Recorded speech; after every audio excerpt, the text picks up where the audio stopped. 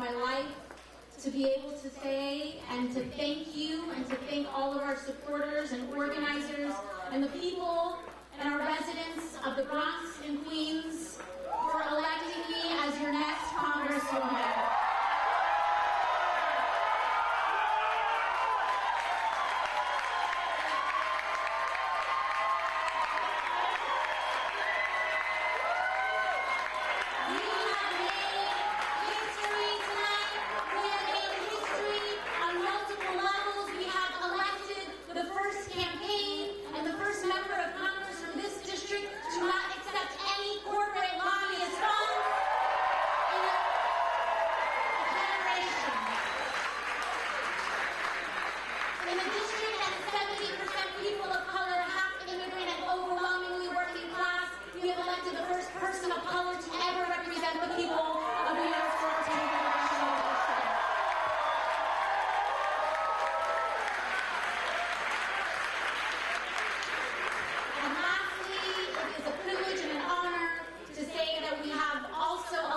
The youngest woman in American history to serve in Congress.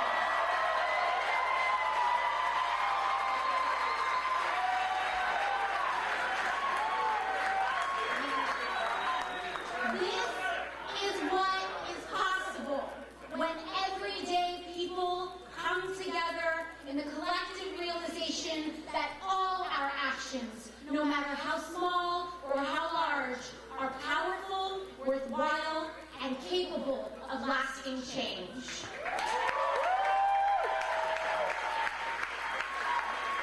Words cannot express my gratitude to every organizer, every small dollar donor, every working parent and dreamer who helped make this movement happen.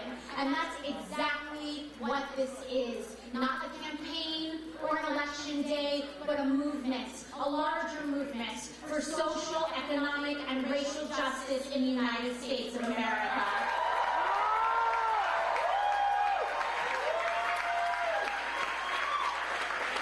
When I started this campaign a year ago, I was working in a restaurant in downtown Manhattan.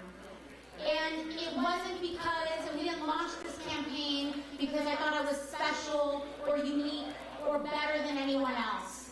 We launched this campaign because in the absence of anyone giving a clear voice on the moral issues of our time, then it is up to us to voice them.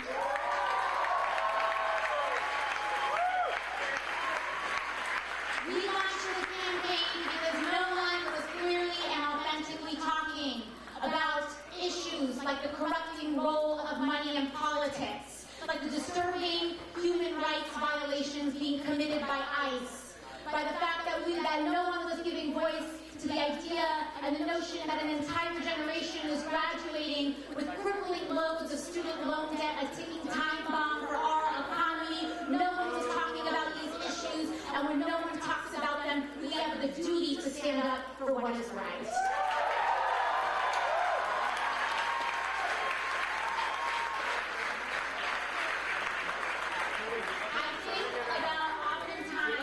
That incredible day on June 26th, when despite no attention, despite no media fanfare, despite the fact that no one wanted for us to get the word out on what was going on, we were able to organize everyday people knocking on our neighbor's door, and despite being outspent $4 million, 18 or 13 to 1, despite the fact that we were running against a 10-term incumbent, despite the fact that it was our first time running for office, despite the fact that we didn't have the money, despite the fact that I'm working class, despite all those things, we won.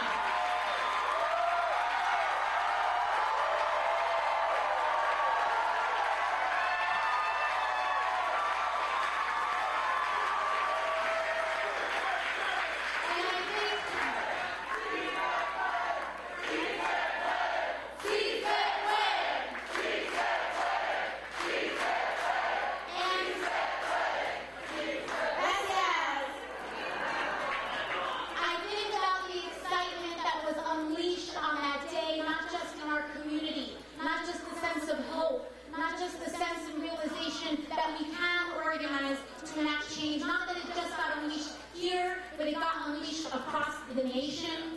to our down-ballot candidates this September. I think about that excitement because what was so interesting to me was that it was not a partisan fight that led to that.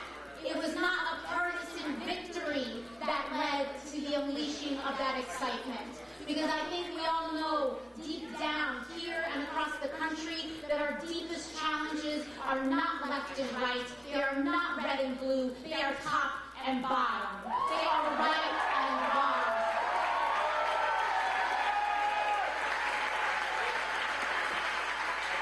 And that if we are going to turn this ship around as a country, it is not good enough to throw a rock at our neighbor's yard. We need to clean up our own house. That's what we got.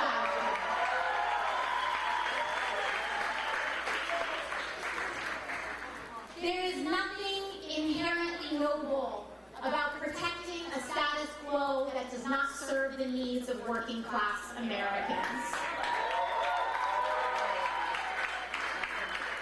And when we talk about the restless pursuit of a more perfect union, that in and of itself is a baked-in commandment to evolve as a nation, to grow better, and to be better.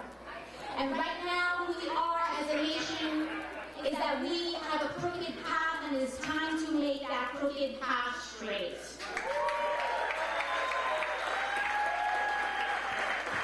Right now, it is not good enough, and we cannot tolerate the fact that we're a nation that grows our jails faster than we grow our schools. That we are a nation that builds more empty homes than the people in houses. That we are a nation that fears others more than we welcome them. That we destruct more in conflict than we construct in peace. That we neglect more than we heal. We can do better, and we can be better, because a better world is possible.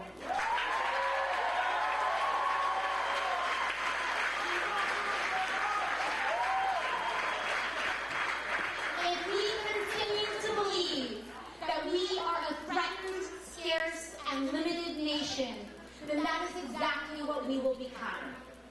Because right now, in the wealthiest nation in the history of the world, our greatest scarcity is not a lack of resources. Our greatest scarcity is not a lack of resources. Oh, I'm sorry, guys. I was like, whoa. Room turned fast. I'm sorry. And I think this is, but you know what? Thank you. But what we need to do as well is realize that these short-term losses do not mean that we have lost in the long run. Does not. In 2018, we turned the state of Texas purple. That's what we did this year. That's what we did this year. And that is what federal work accomplished this year. And that is a great position of being going into 2020. We are going to flip that state in our generation. I'll tell you that much right now.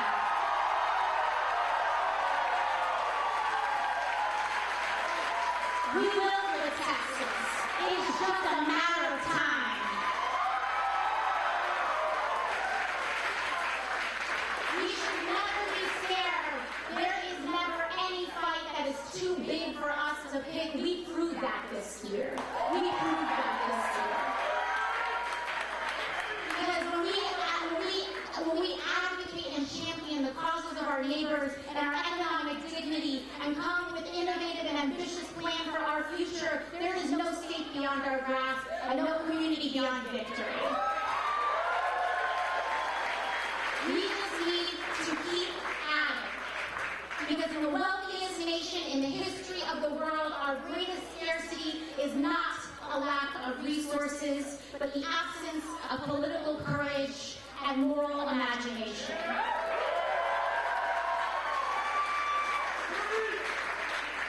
It is a hollow goal to simply be a rich country that seeks to concentrate wealth. We must also be a good nation, too. We must be a good nation that seeks to invest potential of all human beings that live in our border. We can be that. We can be that country. And in order for us to do that, what we need to do is it is not enough to reject the notions of this administration. It is not enough to reject that which we disagree with. We must advance our values and create the world that we seek to live in. That is why we say healthcare is a right to all people. That's why we seek and chart our North Star to tuition-free public colleges and universities for all Americans. That is why we say in our lifetime we will dismantle a system of mass incarceration that targets the Black and brown. And that is why we will say unequivocally that an agency that systematically and repeatedly violates human rights cannot be reformed, it must be abolished.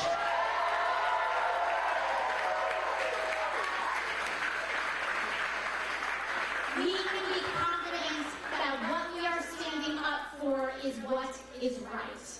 And we will never be ashamed for fighting for what is right. We will never be ashamed for losing in the short term or having a short-term loss in order to have a lifelong gain.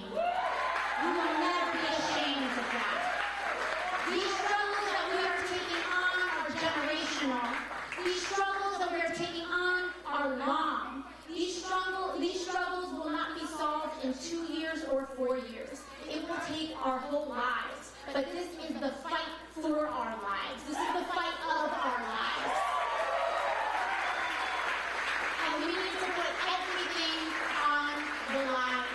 We need to make sure that we get to 100% renewable energy within 10 to 15 years. There is no question about it.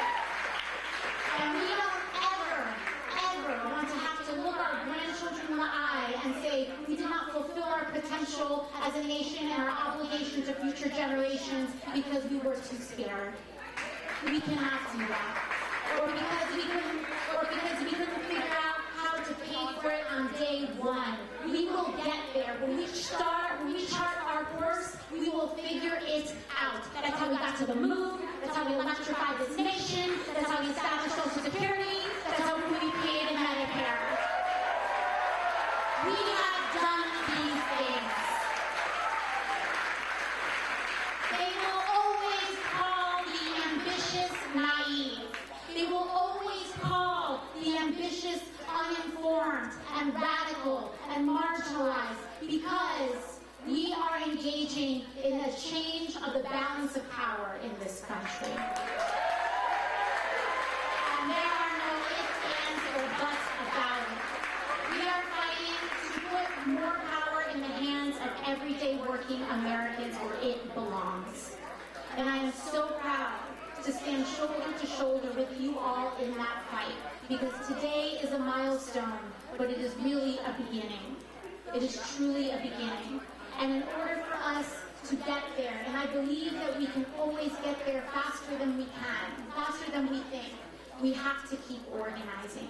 We cannot stop. Electoral politics is just a tool in a larger toolbox of this movement. And we accomplished something beautiful and great tonight, but we have to keep engaged in our activism, in our organizing, in our educating, because that is what it is going to take. But I believe that we will come out of this a better nation, because I know that when we look our grandchildren in the eye, we will say we established a single-payer healthcare system, we created tuition-free public colleges, and we saved this planet in order for them to live. Thank you.